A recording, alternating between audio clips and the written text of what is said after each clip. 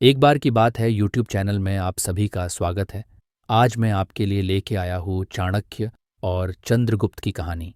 तो इस कहानी को अंत तक सुनिएगा। भारत के इतिहास में ऐसे कई वीर हुए हैं जिन्होंने अपनी बुद्धिमत्ता और पराक्रम से देश की दिशा और दशा बदल दी।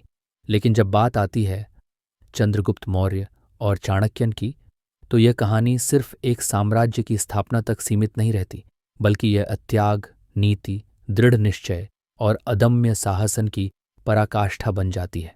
ये कथा उस गुरु शिष्य की है जिन्होंने एक खंडित भारत को एकजुट कर मौर्य साम्राज्य की स्थापना की। आचार्य बन चाणक्य विष्णुगुप्त तक्षशिला विश्वविद्यालय के एक प्रतिष्ठित शिक्षक थे। वे न केवल नीति शास्त्र और राजनीति के ज्ञानी थे, बल्कि उनमें अपने राष्ट्र के लिए अपार प्रेम भी था। मगध का सम्राट धनानंद, जिसे अपनी शक्ति और वैभव पर घमंड था, चाणक्य को अपमानित करता है और महल से बाहर निकलवा देता है। क्रोधित और अपमानित चाणक्य प्रतिज्ञा करते हैं, मैं नंदवंश का अंत कर दूंगा और इस धरती पर एक ऐसे सम्राट को बिठाऊंगा जो न्यायप्रिय और राष्ट्रहितैषी होगा। वह उसी संकल्प के साथ तक्षशिला लौटते हैं और एक ऐसे बालक की खोज में लग जाते हैं जो उनका सपना साकार कर सके। तभी उनकी दृष्टि पड़ती है चंद्रगुप्त हस्तिबान पर, जो एक साधारण परिवार में जन्मा था, परंतु उसकी आंखों में तेज था, हृदय में साहस था और कर्मों में परिश्रम की झलक थी। बालक, क्या तुम राजा बनना चाहते हो? चाणक्य ने पूछा। अगर यह देश हित में है तो हाँ, चंद्रगुप्त ने उत्तर दिया। चाणक्य ने चंद्रगुप्त को अपनी शरण में ले लिया।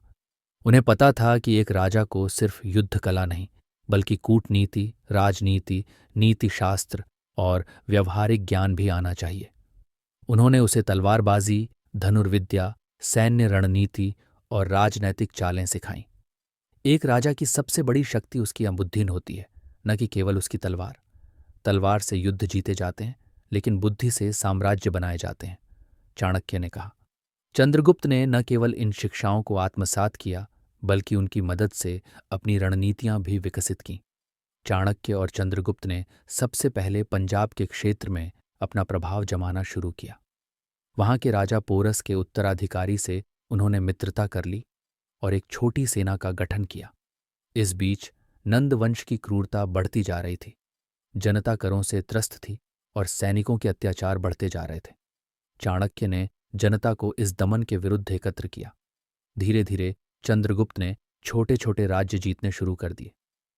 मगध पर सीधा आक्रमण करना मूर्खता होती, इसलिए उन्होंने अपनी सेना को पहले मजबूत किया। चाणक्य जानते थे कि युद्ध केवल बल से नहीं जीते जाते, बल्कि कूटनीति और चतुराई से भी लड़े जाते हैं। उन्होंने एक योजनाबद्ध चाल चली।